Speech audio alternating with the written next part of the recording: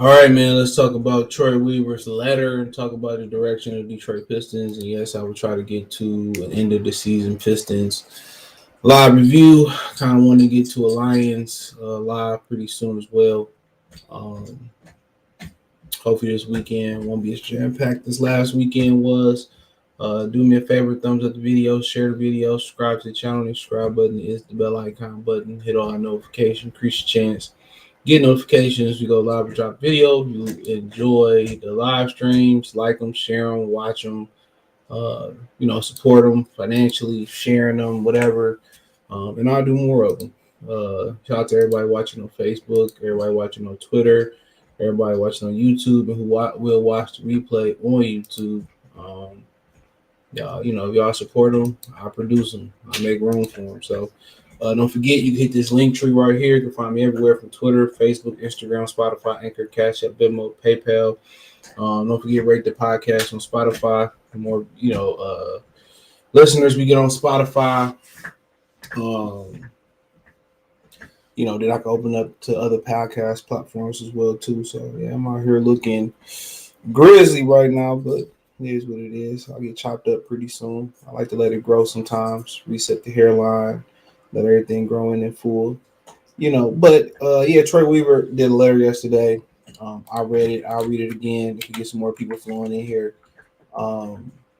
Basically telling people to calm down. It's going to be okay. One of the things I really didn't really get comfortable. I didn't really get comfortable with was, him kind of using Cade Cunningham getting injured as an excuse. That was a flat out excuse. It was a flat out excuse. No other way to put it. But y'all can say, well, Cade was was great. He was gonna make a huge jump from year one to year two, and if it wasn't for the injury and this and that and third, I ain't trying to hear that shit. This team was that bad that he would have need a prime LeBron type of performance just to drag this team into the playoffs. Now, a lot of this ain't per se. Some of this, I will say, ain't per se Troy Weaver fault. But a lot of it is. If I had to get a blame game outside of blaming Tom Gores, I would say 70% of this is on, 75% is on Dwayne Casey. 25% of this is probably, I would say, it's probably on Troy Weaver. All right. Just this year alone. And what they really need to actually, let me adjust this camera. There we go. Like, what the focus, like on Troy Weaver's standpoint, his part, he kind of continues to oversaturate position. Like, when you talk about, you got teams that draft for need, and so they draft for need. You got teams that believe in drafting for talent, and that's cool. I like, combination don't really matter. But he's out here continuing to just, search the landfills to, research talent, whether it's Bagley, Hampton, which I like Hampton, Bagley, Hampton, Wiseman. He's going after the pretty girl that he always wanted in high school, but wasn't, couldn't get her in high school. And now he, that other people don't want her. They threw her back to the streets. Now he going to pick her up and wine and dine and feed her kids. And that's pretty much what he's doing with these guys that he's picking up. And, he continues to overshadow talent and not let talent flourish. I mean, you move Jeremy Grant out the way. You bring in Sadiq Bey. Sadiq Bey is his time. Let him dial his own numbers, be aggressive, especially, Cade went out. And guess what? He get Bojanovic, and Bojanovic do the same thing, maybe in certain situations worse than Jeremy Grant did, was take a lot of shots away from Sadiq Bey. Sadiq Bey just continued to shrink. Instead of, them giving him the green light like Bojanovic had and giving him the confidence of calling his number, they refused to. So Once you look at it, and I'm gonna get back to Kate Cunningham. Once you look at it, the 2020 draft was a complete wash. You missed out on Halliburton, and I'm not gonna be the dead horse dead. It is what it is. You missed out on Tyrese Maxey, taking Bay and Stewart over both of them. You missed out on Desmond Bain. So he had several missing in that draft that was critical. Now, the people who love the quantum realm and love talking about time and time jumping and warping and all that stuff, what they're gonna point out is, okay, if we end up getting some of those guys, we probably don't end up with Kate Cunningham. Which in the same universe, it may be true. In another insane universe, you know, let's say Killian Hayes go to another franchise, man. Right? He goes to another franchise. And let's say he balls out in that other franchise. Let's say Dwayne Casey is just the team killer, and Bane or what, and Tyrese Maxey is trash, and that could be the case. But it's just showing you that he can't He's not the greatest evaluator of talent. And obviously we knew he wasn't the finished product when he got here, but you missed out. You struck out 3 times. Had he got one of those picks right, it changes a lot for the Detroit Pistons. Halliburton said he had a really great workout in Detroit. They chose to go with Killian Hayes. There's no way you can tell me you can put Hayes and Halliburton. Trey Finesse, what's going on? There's no way you can put Hayes and Halliburton in the same gym and tell me that Hayes is better than him. There's no way. Fans try to justify it, all last year. You can't justify it. As I was saying, there's no way you can put Lamar and Jared Goff on the same field and say Goff better. No. No way. He does nothing better. I don't care what nobody says. If you put any quarterback in a situation that can run the ball and play action, any motherfucker quarterback, if you get the quarterback from Cass Tech, he can do it. But I'm not here to talk about that. So he struck out a whole 2020 draft, right? And it doesn't seem like he knows. He got a whole bunch of puzzle pieces, but it's all puzzles from a different picture. It's all puzzles from a different puzzle pieces from a different puzzle.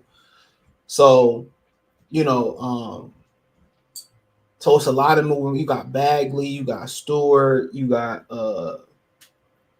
Rodney Magruder, Alec Burke. You got a lot of different, but a lot of these pieces don't fit together.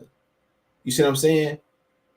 You know what I'm saying? A lot of these pieces kind of like RJ Hampton, Hayes. Hayes doesn't work with anybody. He doesn't work off the bench. He doesn't work next to Ivy. He doesn't work next to Kate Cunningham.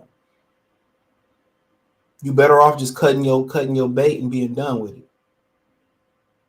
He was trying to toot his own horn in an article about Killian. I had a nice little stretch.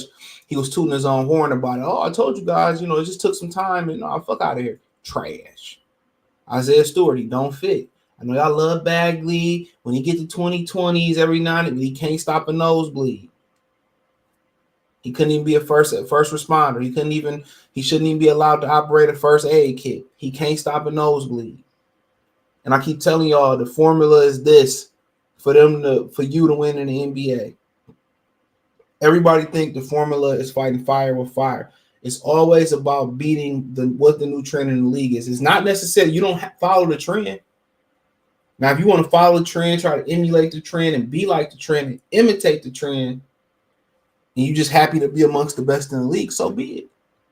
But if you want to beat the trend, if you want to beat the Magics, the Birds, the Michaels, like the Detroit Pistons, they had to do it. They had to beat the trend. And they very well should have had 4 finals in a row, honestly, 4 championships in a row, but it's ancient history. And what the Pistons got is a backcourt that's outstanding at attacking the rim. What they have in Wiseman and Dern is 2 guys that's athletic, who can defend the rim for the most part. And you can throw lobs too. They got great post potential. So you got 3 guys that's really good at, that should be good at pick and roll. That should be good at attacking the rim, right? That you got athletic guys like Burks, Bojanovic, Diallo, who can get up and down the court, attack the rack. Why aren't we attacking? Why are we getting on fast break? Even Killian Hayes is at his best when The team is in they fast break. They in the fast break. He at his best. So why are we continue to walk the ball up the court and we do to a fast break? You settling for 3-pointers. It's philosophy. It's what they're being taught. It's what they're allowed to. What Jimmy Johnson said when he was at the University of Miami, he says one or two things you see out on that football field. It's what I coach them to do and what I allow them to do. You know, this is what Dwayne Casey is allowing to happen. And this team should be a team that should do a lot of pick and roll, especially with Cade Cunningham out. It should be a lot of pick and roll. It should be a lot of, when Cade and Ivy come back, Bojanovic can attack, Burst can attack, Diallo can slash. You got guys who can catch a lot. It should be a lot of attack in the paint. And then kicking it out to guys like Bojanovic, Burks, and etc. who can shoot the basketball. And right now, you have a philosophy and take as many threes as you can. And that's how we gonna win. And every once in a while, they hit a lot of 3-pointers and they'll win the game. Or they'll get hot and they'll win the game. So right now, their philosophy, and a lot of fans don't understand what I'm saying. You're not going to be Golden State. You're going to win in Detroit playing defense and beating the trend. And beating the trend is going to be beating the fuck out the paint. Killing the paint, attacking the paint, getting to the free throw line, and stopping guys. And right now, they got too many guys who can't stop nobody. Too many. Bojanovic, he can't stop nobody. He need the ball too, a lot of times. You got Marvin Bagley, Isaiah Stewart. Those three guys can't stop nobody. And having Cade Cunningham injury, I'm going to get back to that. That's not an excuse. That's not an excuse. He was looking terrible, and then because of the shin fracture, stretch fracture, he was looking terrible. But it's still not an excuse. This team should have been getting better. They should have been forging identity. They don't. They identity is a team that shoot a lot of threes who can't make threes. The identity is you can't get on the floor unless you can shoot threes. That's the identity. The identity is it's a franchise of losers. And that's one thing about not hiring a Bill Laimbeer or a Joe Dumars leaving, in which he wasn't the greatest of all time, and getting out of touch with people who know the city and people know what it takes to win in Detroit. It's going to take a defensive effort. There's going to take a tough and grit. And I'm not sure. You're not sure these dudes got it, and it's not their fault. You're just not sure how gritty and blue collar and dirty they really can be. And like I said before, Troy Weaver just searching the trash for guys, and it's a bunch of pieces. He turns around and says that they got a lot of salary cap space, and Cade Cunningham will come back healthy, and this, that, and the third. I mean, you can sell the bullshit, but I'm not stupid enough. I'm watching basketball for over 30 years. I'm not dumb. I've been watching this shit for a long time. And I know what it takes to win in the city of Detroit. I know what it takes for a small market team to win. You got to understand, the NBA is not friendly to small market teams, no matter if they're changing the luxury tax again. All right? Had Boston or LA took advantage of the luxury tax like that, they wouldn't be changing that shit. They would love the Golden State Warriors to be the LA Lakers or the Boston Celtics. That's really what they historically want. Wherever the LeBron or the Michael is in Boston and LA, that's what they want. That's who they want to win. So when you have anybody in between, it's considered, in my opinion, if you don't have a LeBron, a Michael, a Magic, a Bird, if you don't have one of those type of special players, that they really want Boston and LA every year, and wherever the Michael, Larry, Magic, Bird is at, whoever they deem the face of the league or the faces of the league. Anything in between, without those components or those teams, Atlanta, Indiana, Philadelphia, Brooklyn, New Jersey. Hate to say it, even the New York Knicks, even though they're a special exception. Put New York in that category, but they're a special exception because their ownership is trash. So, New York, Boston, LA, but, kind of know what I'm saying about New York. So anytime you anything in between, They not kind of you. They don't want those mark. They want to they don't even know this is a word. Inorganically, I don't think it's a word, but I'm gonna make it a word. They don't want organic matchups. They don't. They don't want organic matchups. They want, names. They want big franchises, kind of like how college football playoffs or the favoritism is always to the Michigans, the Texas, the Georgias, the Alabamas, the Ohio States, the programs, the power programs who bring a lot of money. Georgia, Texas, Michigan are always the top three in financial revenue in college football. Look it up. I think Georgia was number one again last year. So it's the same thing here. So guess what? You got to beat the odds. You got to beat the trend. You got to beat oppression. That's what it is. It's an oppression of the smaller franchises. You have to beat that. You have to beat it with talent. You have to beat it with grit. You got to beat it with defense. You got to defend. And, a lot of these situations, you got to have superstars in today's game. And you got to be able to find a way to retain them, too, and keep them happy. Honestly, I love your content. It took me time to get a minute used to you, but as the season went on, I'm all in. Great job. Appreciate it, bro. Alan Graham. But that's what it takes. That's what it takes. The NBA is not kind to Orlando, to the Clevelands, unless one of the things I said. But he goes on, if you didn't read it. When I made the decision to join the Detroit Pistons franchise in June of 2020, it was a great appreciation, understanding for what this organization means to the city, its fans, and all those who bleed red, white, and blue. I know the history, I know the tradition, and I know the urgency to which our fans want to win and see us move back up the ladder of the NBA's hierarchy. Our focus is aligned with yours, informed from top to bottom, or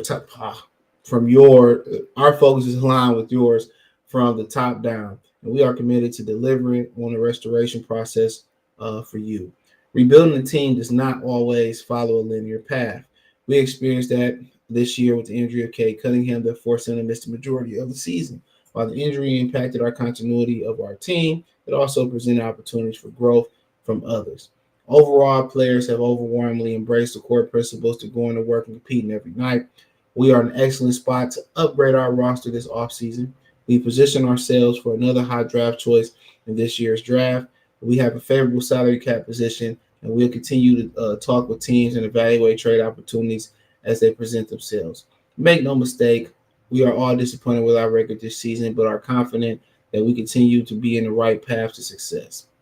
We appreciate your patience, trust, loyalty, support as we continue this journey. You deserve an opportunity to celebrate this team once again as a fixture amongst the NBA's best, a bad rock of the city and its culture. We are partners with you in rebuilding greatest together, Troy Weaver. Man, at the end of the day, man, what makes this shit so bad is none of these teams is winning in Detroit. That's what makes it bad. None of these teams are winning in Detroit. That's what makes it so bad. And if it wasn't for the Lions having a strong finish, it's like, bruh, we need somebody to upgrade. We need somebody to start being winning. It's a depressing time in the city. And at least we used to be able to cling on to sports. And then at this point, you can't cling on to nothing.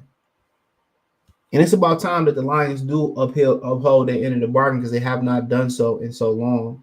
But then again, a lot of people are deeming the Lions as the next great team and counting their chickens before they hatch. And SOL ain't done unless it's completely done. But, with Troy Weaver, you got to get a coach in there, man. He got to pick his own coach. He got to get it right. And then he got to clean his roster up. It's a lot of guys that shouldn't be here. It's a lot of guys that shouldn't be here. When you start talking about Stewart, Bagley, I kiss my ass if you don't like what I'm saying, Killian Hayes. Like I said, if it ain't Duran, and I get the benefit of the doubt to Wiseman, Duran, Wiseman, Jaden Ivey, Cade Cunningham, Bojanovic, Alec Burke, and Diallo, man, they can walk. They can get the hell on out. Everybody else, and I like Isaiah Livers, but he can't stay healthy. Simple as that. So if you can't stay healthy when you in your 20s, how can we count on you when we playing meaningful basketball games? So we can't depend on them. Everybody else should be able to go. Should go. Everybody else should be on the hot seat. And truth be told, Durn should be your starting center. It's a common sense, but it's not too common to them. Cade Ivy, they got to figure it out. And Bojanovic, Burks, Diallo off the bench. And in the offseason, they got whoever they do or don't get, they got to fill that void. They get Victor Wembanyama at the 4. Then you talk about you got to fill the void at the 3. You got to find somebody that D up and can catch and shoot. That's all you need. You end up with Brandon Miller, you got to find somebody at the 4. Kyle Kuzma is not a good fit. He don't shoot the ball well enough, and he lacking defensively. So if Troy Weaver, like he says, understands the tradition about the about Detroit Pistons, then you got to have a team that can defend. You can't go out there with let's say they go out there with Kuzma and somebody else who can't defend. That's a bad starting lineup. You hear people say, well, don't nobody stop anybody in the NBA no more. I ain't trying to hear that. They got to be committed to defending, bro. And they got to be committed to beating this trend of trigger-happy, three-point happy, jump shooting NBA. But the only reason he get the slide, the only reason I give him a pass is he didn't pick his own head coach.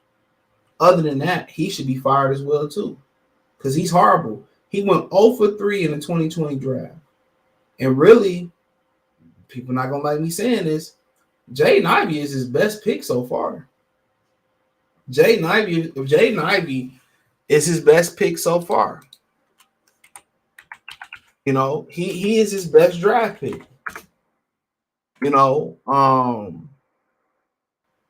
And he's been consistent. He's played 71 games. Hold on. He's played 71 games. I don't know how many more they got to go per se, but he's played 71 games. Let me see real quick. So, yeah, he's played 71 games. 1 second. So, yeah, they got 3 games to go. So he's played 71 out of 79 games, and I believe he was sick with COVID. He did have a little injury.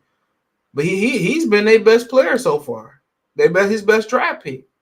And I believe Jalen Duren would have been his next best draft pick, but he just didn't get the opportunity.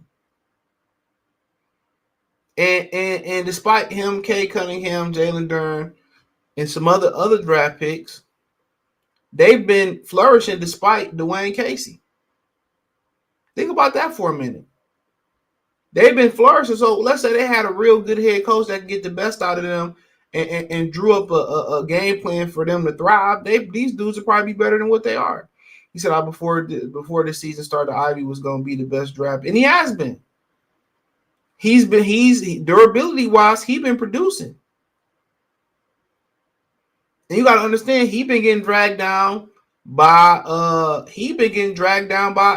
Cake. What's the other kid? By Killian Hayes. If they don't force Killian Hayes on him, he might be in the running for Rookie of the Year. He might be in the same thing for Cade Cunningham.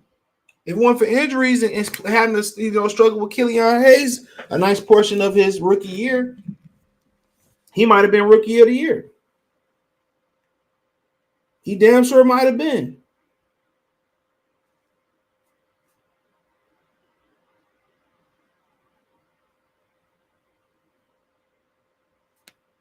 He damn sure might have been. But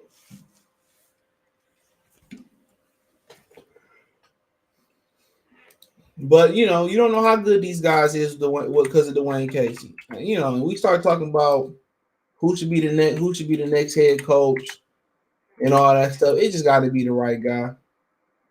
And then they're in a unique position where they need somebody who offensively can get it done, to coach them and defensively can get it done. So they don't need a Scott Skiles or a Tom Thibodeau. They need somebody right there in the middle. You know what I'm saying? They need somebody right there in the middle, you know. But you know, Dwayne Casey come back, dude. I'm not gonna watch. I'm not gonna watch. Jay Knight going, yeah, he gonna be especially if he get to play with some pace, tighten his handles up a little bit. I mean, of course. You know, but if they bring Casey back, man, like I said, I wouldn't like. I'm just okay. You could take that letter and shove it up your ass. And I know it's hard firing nice people, but guess what? Assholes can get the job done. Good people can get the job done. Villains can get the job done. We need somebody that's gonna come in here and get the job done. We don't need somebody who's gonna massage these players' egos or be a team friendly guy and be one of the. We need somebody that's gonna come in here and get the fucking job done. What's going on, Alex? We need somebody that's gonna come in here and get the job done, and they got to make it work defensively and offensively. You start looking, you know, somebody like Mark Jackson. You start looking somebody like Ime Udoka, Jerry Stackhouse. You know, what's the other guy's name? Kenny Atkinson, who done a great job with a young Brooklyn Nets team. Kyrie got him fired. I mean, you start looking at guys, you know, like that. You start looking at guys right like that. You look at the last coaching search. Who was it? John Beilein, Ime Udoka, Dwayne Casey. Like, bro, it was, you know. So, I mean, that's just where you at with it. You know, and they're gonna go get somebody, you know, probably that you don't want. I mean, shit, you know, I'd throw Scott Skiles in there. I wouldn't be mad at it. I would understand disciplinarian, hard on defense, kind of lacks offense. That's kind of the scary thing about him. He lacks that offense, but you know, they gotta find somebody. They gotta find somebody, and you know, I don't know who on the college coaching scene and all that type of stuff, man. But they gotta find somebody that understands that's going to be able to understand where this team is strong at. They gotta find somebody that understand the defense side of things, and that's just going to improve the franchise all over again. So. You know, like I said, I don't know who I like Nate McMillan as well, too, but you've seen what happened in Atlanta. You know, they chose the player over the coach every time that's going to happen. You know, I still like guys like Byron Scott. I think Brian Shaw got a raw deal out there in Denver. I think some of those guys deserve another shot. I like, you know, Jerry Stackhouse was voted by the SEC head coaches as the SEC coach of the year. What are you doing at Vanderbilt? You know, that might be one of the guys that you want to, you know, got a relationship with some of these guys in the league and, you know, young and understand what it takes and, you know, played in the franchise. I mean, it's a number of guys. You know, I wouldn't be mad at, you know, like I said before, Kenny Atkinson. You're doing a hell of a job with D'Angelo Russell in the Brooklyn Nets. You know, pulled out the Charlotte Hornet job, kind of iffy there. You know, continue to go on. You know, you can't be mad at you know, Ime Udoka. Obviously, you had a situation that's similar to what happened in the Pistons front office. You know, the Boston with him in Boston. It's hard to explain that. And it's, you know, but he didn't do nothing illegal. You know what I'm saying? You know, you just hope that he doesn't make that mistake again and he can be a little bit more disciplined with his desires. But it's a number of great candidates out there that fit the bill. But Kenny Atkinson, Mark Jackson, and one thing you like about Mark Jackson is, you know, the ability to conform or to adjust to his talent. You know, do you understand Steph Curry, you know, would not have been accepted prior to Mark Jackson in the NBA? The shots that he took, Mark Jackson said he sent it every day in practice. He was saying that before they became Golden State that they was the best shooting backcourt ever. He said he allowed them to take those type of shots and play that type of offense because he seen what they was able to do in practice. So imagine, him being that open minded to allow that to implement into a game plan. So, you know, I think he would know what to do. So I mean, there's some great candidates out there. Dwayne Casey should have never got this job. I said it from the beginning. I said Ime Udoka, John Beeline. I told y'all he wasn't a good candidate. Proved to be true in Cleveland. I mean, just thinking about it, it's probably some young hotshot coach out there too.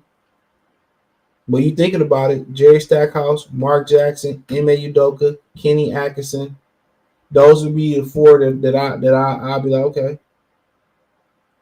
You look at Mike Brown, and he's probably by far the coach of the year in Sacramento, right? He was perfect for what they needed in Sacramento. In Sacramento, they can score a bunch of points. It's not a problem. They could score a tremendous amount of points. They couldn't stop nobody. He got them to defend, and guess what? They number 3 in the West right now. The problem with the Detroit compared to Sacramento, they can't score like that. They don't have the offensive continuity to score like that. You see what I'm saying? You look at Memphis, another, really young team. Ja is the point guard. That's what he is. Ja is, when Ja can shoot, if Ja tends to ever shoot the ball better, it's nothing you can do to stop him.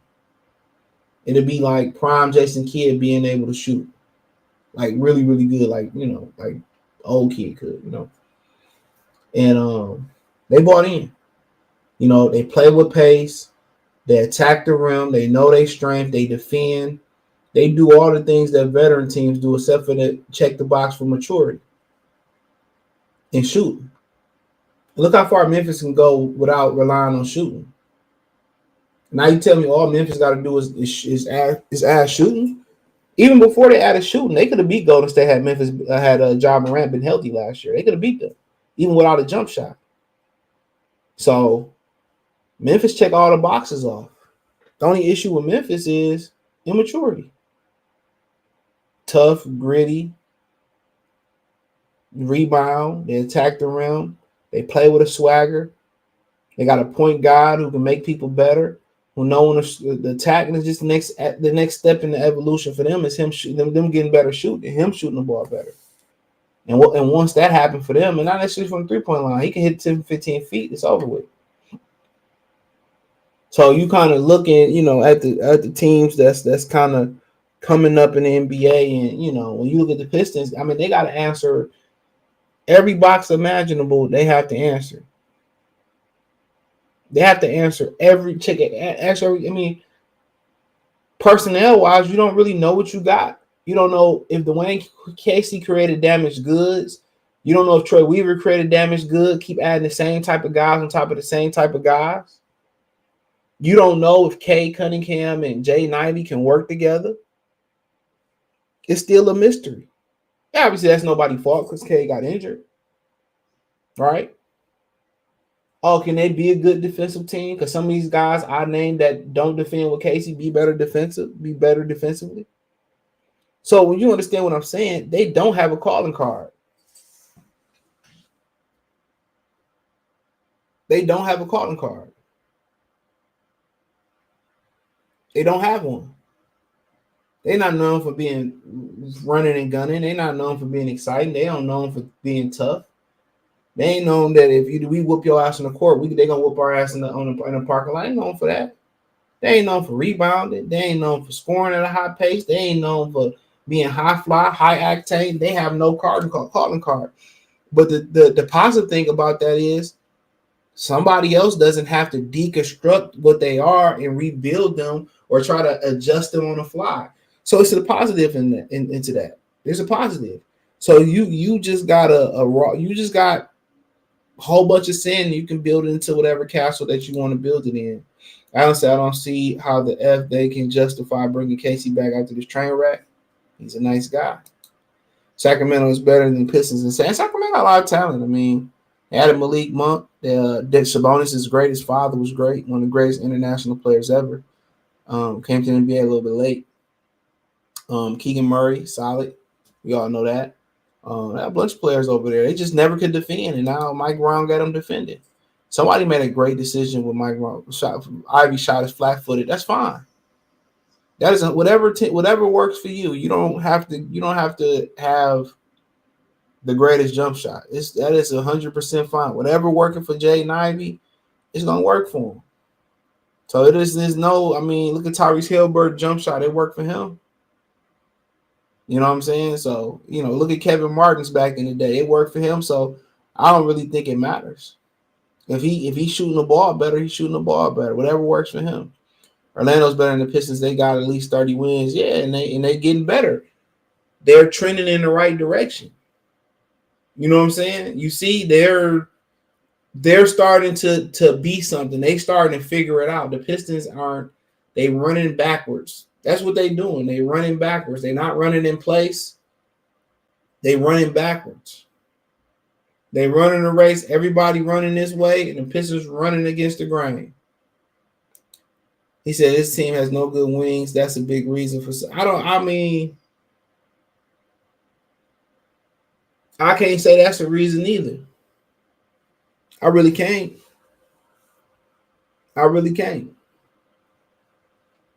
Because you just don't know with Casey. You just really don't know with Dwayne Casey, to be honest. They ain't got no wings that can really defend. I mean, you look, they wings, Diallo, Bojanovic. Diallo can defend, but he a little bit undersized. So I see what you're saying that at, but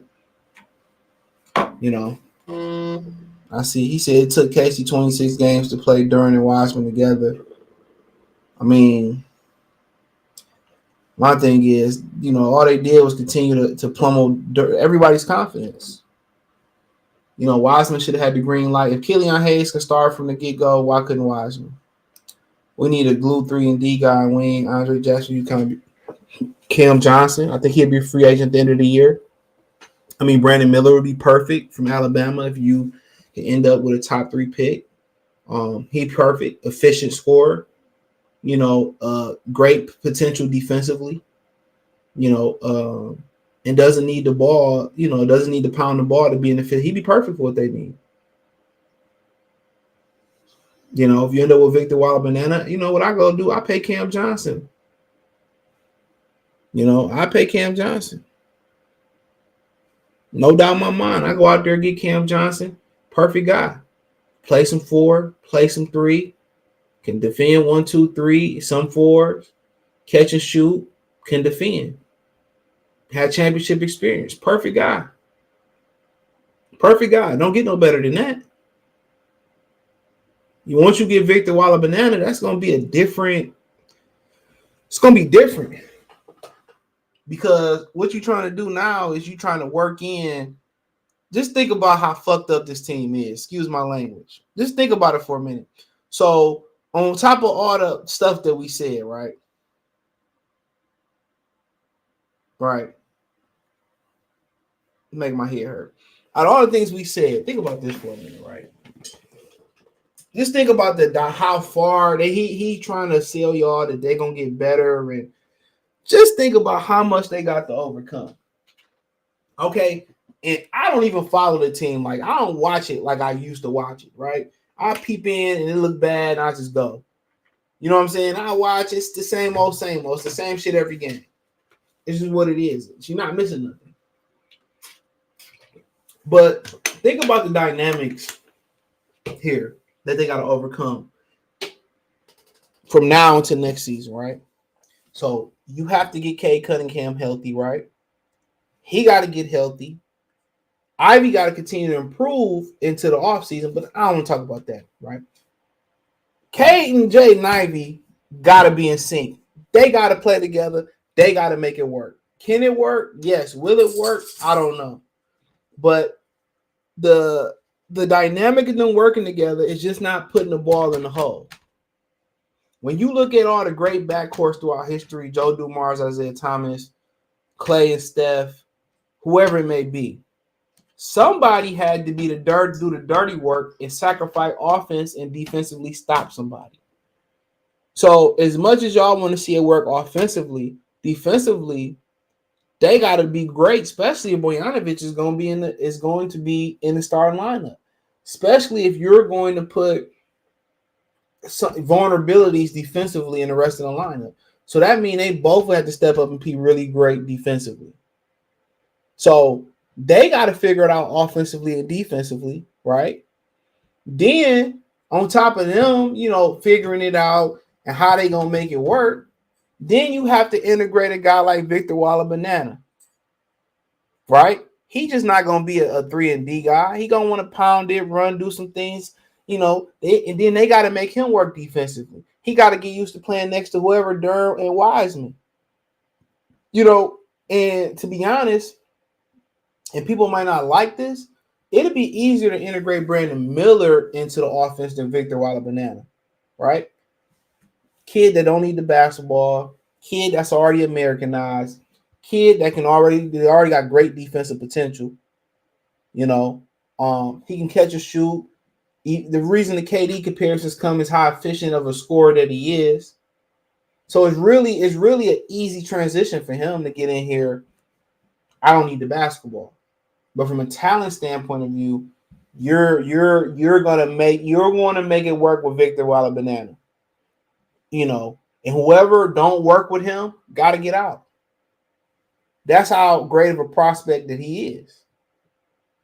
So, but the thing about it is, and then you say, okay, you give Victor Walla-Banana in some, crazy scenario, we end up with him, right?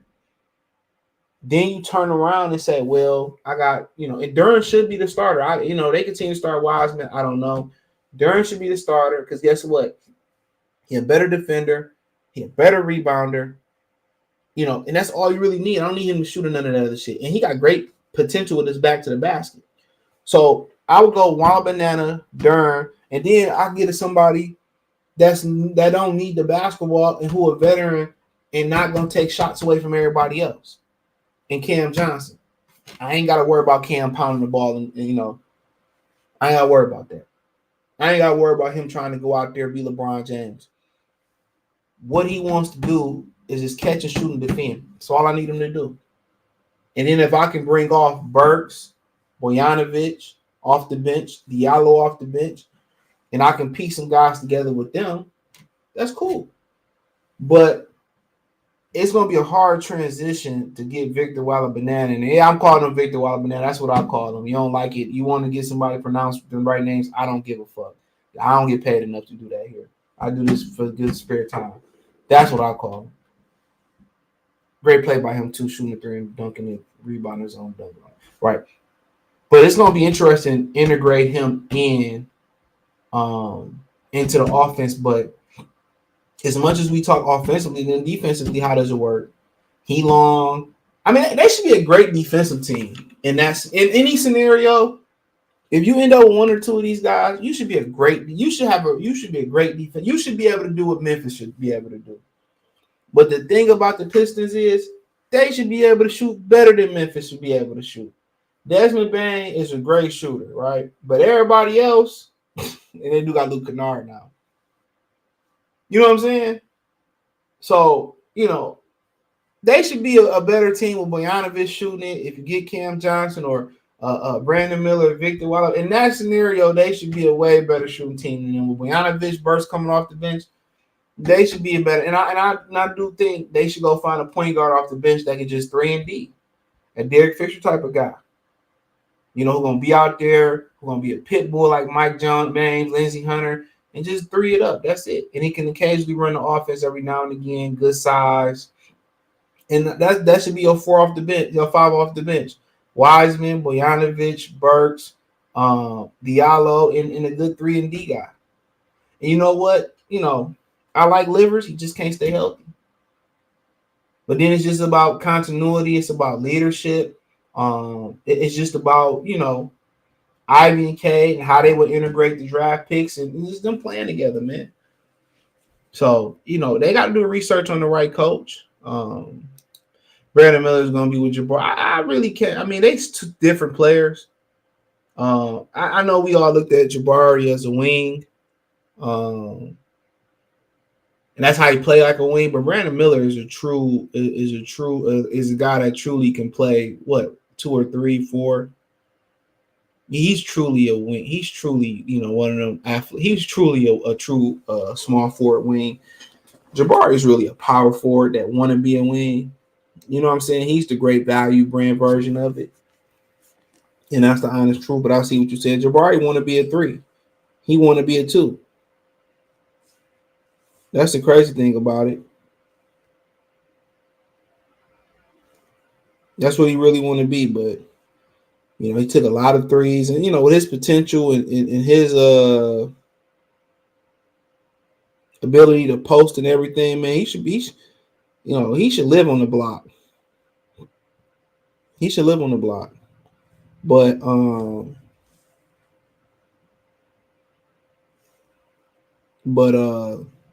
yeah, they got a lot of uphill battle. But the upside to this, man, is you don't have to deconstruct any of these dudes.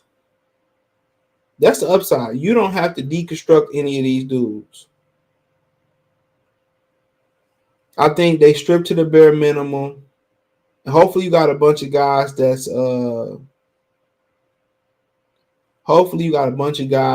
tired of losing.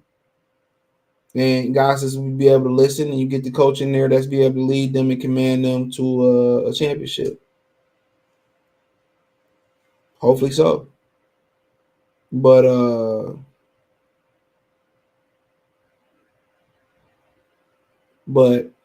that's the great thing about it. That's the great thing about it, bro. Is that somebody be able to come in and mold these guys into whatever they want to. That's the thing about being nothing. They don't have to unlearn anything but losing. I mean, let me know what some of the coaches y'all like, even in the replay. Let me know in the comment section. He said, this team's so exciting when Cade and Ivy was playing. I hate Cade got hurt. I think he was hurt from the beginning. They could be better than Beal and Wall. I mean, that ain't hard to be. To be honest, nobody liked John Wall in Washington. Look up the stories. Nobody liked John Wall in Washington. It ain't hard to believe. He said a good 3-and-D coming up is Bronny. LeBron Mo, him is the perfect teammate. I ain't gonna hate on that kid, man. I'm pulling for him, man. He got an uphill battle, but he can play. He can play. You got to remember, Dwayne Wade's son was on that same team and couldn't start. And Dwayne Wade ain't no chump, So his son couldn't start on that team, So that's something to kind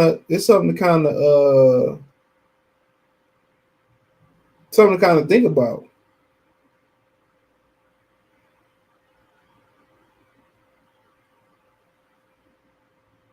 So, but it is what it is. The first thing they need to do is get rid of Casey. I mean, yeah, obviously, he won't be fired. He'll be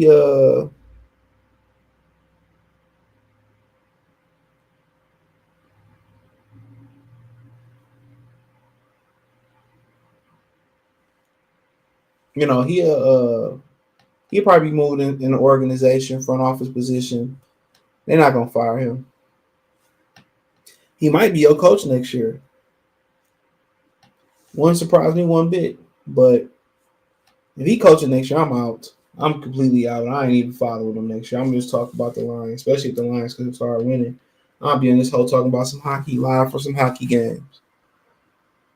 I'll be talking about the Tigers, man. The Tigers move up. Jackson Robinson, the third right-handed pitcher. So I'll be talking about that. No cap. Got any questions, I'll answer them. If the Pistons get top 3 pick is up, talent drop off is crazy. I mean, that's pretty much what it looked like. Let me see real quick. I heard that kid they drafted last year, the Italian kid. I don't know if he's Italian. Excuse my ignorance. I heard he stepped it up. He stepped it up in competition. They said he over there tearing that shit up. I meant to do a video on it. They said he over there doing his damn thing, bro. They said he doing really well over there. So so yeah, I don't know how good these guys is. Like I said, I don't follow the shit like I used to. What about that? I like Juwan's son though. I think Juwan's son gonna be pretty good in this league if he learn to defend and some of his shot selection. I think Juwan's son be pretty good. What about the center from Duke? I see him at 20. Yeah, I heard about him. He just declared that national championship was trash. I turned that shit off. I ain't know nobody. The female shit was fire though. That South Carolina Iowa game, even Iowa LSU was good while it was competitive. I'm sorry they had to make it about some bullshit. You know what I'm saying?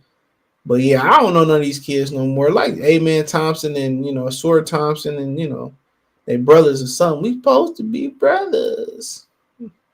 So yeah, I don't know much about other than the time. I like Scoot though, but we ain't got no room for Scoot unless we gonna move somebody. We got enough guards, but I like Scoot. Yeah, I like Scoot though. Yeah, I like Scoot. Hey, what's going on with the young kid from Eastern Michigan? I ain't heard nothing about him since going. He was doing pretty good early on. I don't know what happened to him now. Yeah, I ain't heard shit. He ain't even on the board. He number 60. He got more weaknesses than strengths. Look at all the weaknesses. They only. So I'm not sure. You know, when the system fail you, let's see real quick. At least ain't got no more trouble. Yeah, 19 points a game.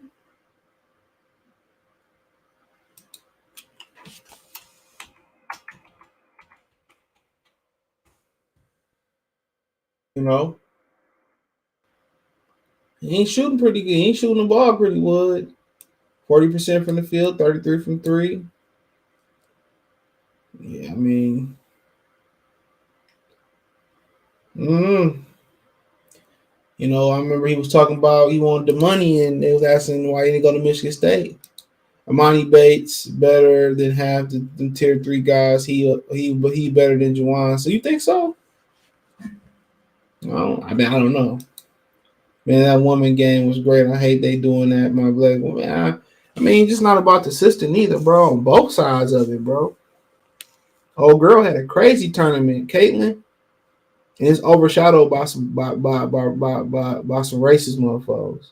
You gotta feel bad for her too, because everything she did got overshadowed. She had a 40-point triple double, then turned around and had another 40-point game. You know?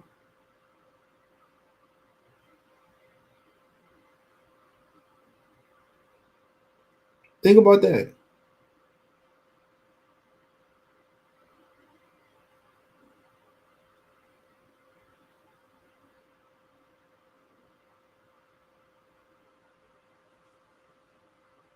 So but well, yeah, I mean, they took that away from her. They took the moment away from Angel Reese and LSU. It is what it is.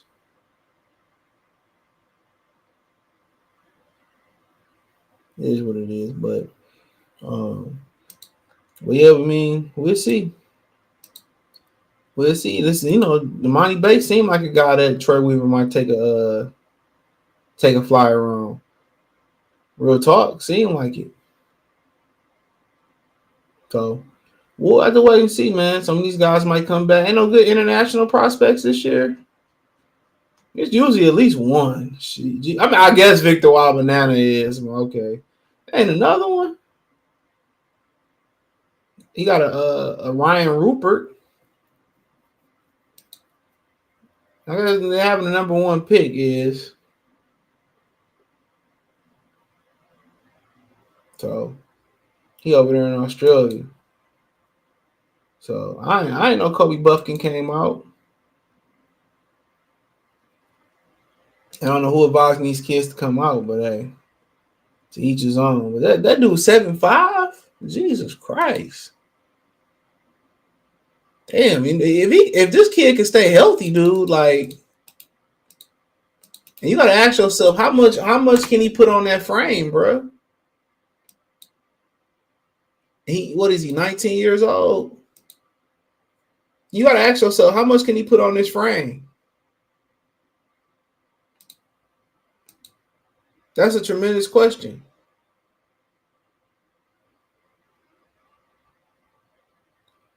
He said him and who's Atkins? That beef.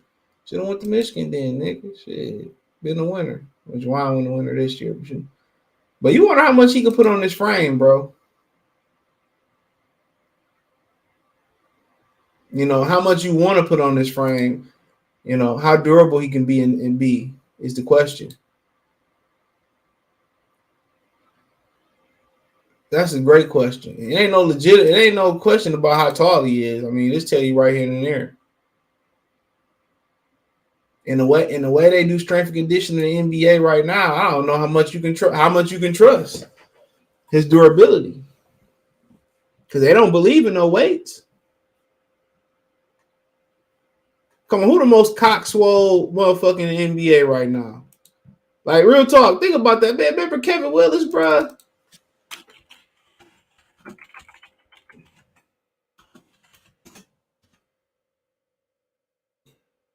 Man, from Detroit too. Come on, these dudes couldn't compete with how strong Kevin Willis was, bro. Look at this. They don't even got NBA players built like that no more. Remember, Prime Dwight Howard was one of the last few dudes that was kind of built like that. He was like one of the last guys that really had like real fucking muscle, dude. They don't believe in weight training no more, man. They do resistance bands and body weight, but you gotta get muscle, especially playing 82 games. That's the crazy thing about the strength and conditioning regimen in the NBA. It's terrible. The NFL can never change. You gotta lift to maintain an NFL. They don't build guys like this no more in the NBA because they don't lift weights. Y'all wonder why Anthony Davis stay hurt.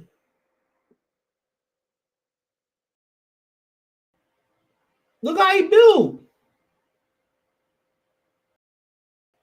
Look. LeBron got more muscle in his frame than him, more thicker than he is.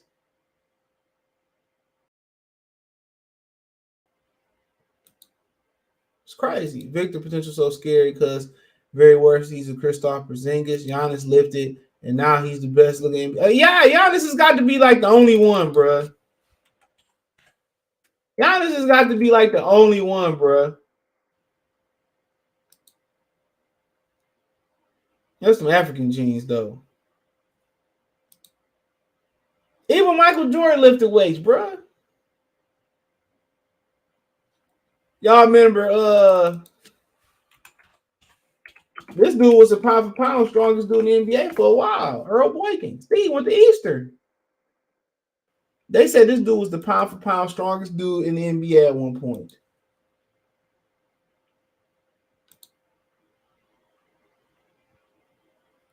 And I could believe it.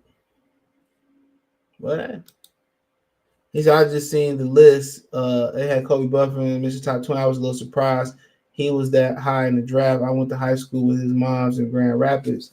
It basically must be off potential. I seen him play at I went to see Michigan. They're playing some team from Tennessee, small team. So yeah, but yeah, that's all I got today, man. He said Jalen Durant is big too. He's yeah. It ain't too many of them, but yeah, that's all I got, man. I appreciate y'all. You know, you can listen to it on Spotify. Be up in the morning about 6, 7 a.m. Or always listen to the replay on YouTube. Thumbs up the video, share the video, subscribe to the channel. Peace.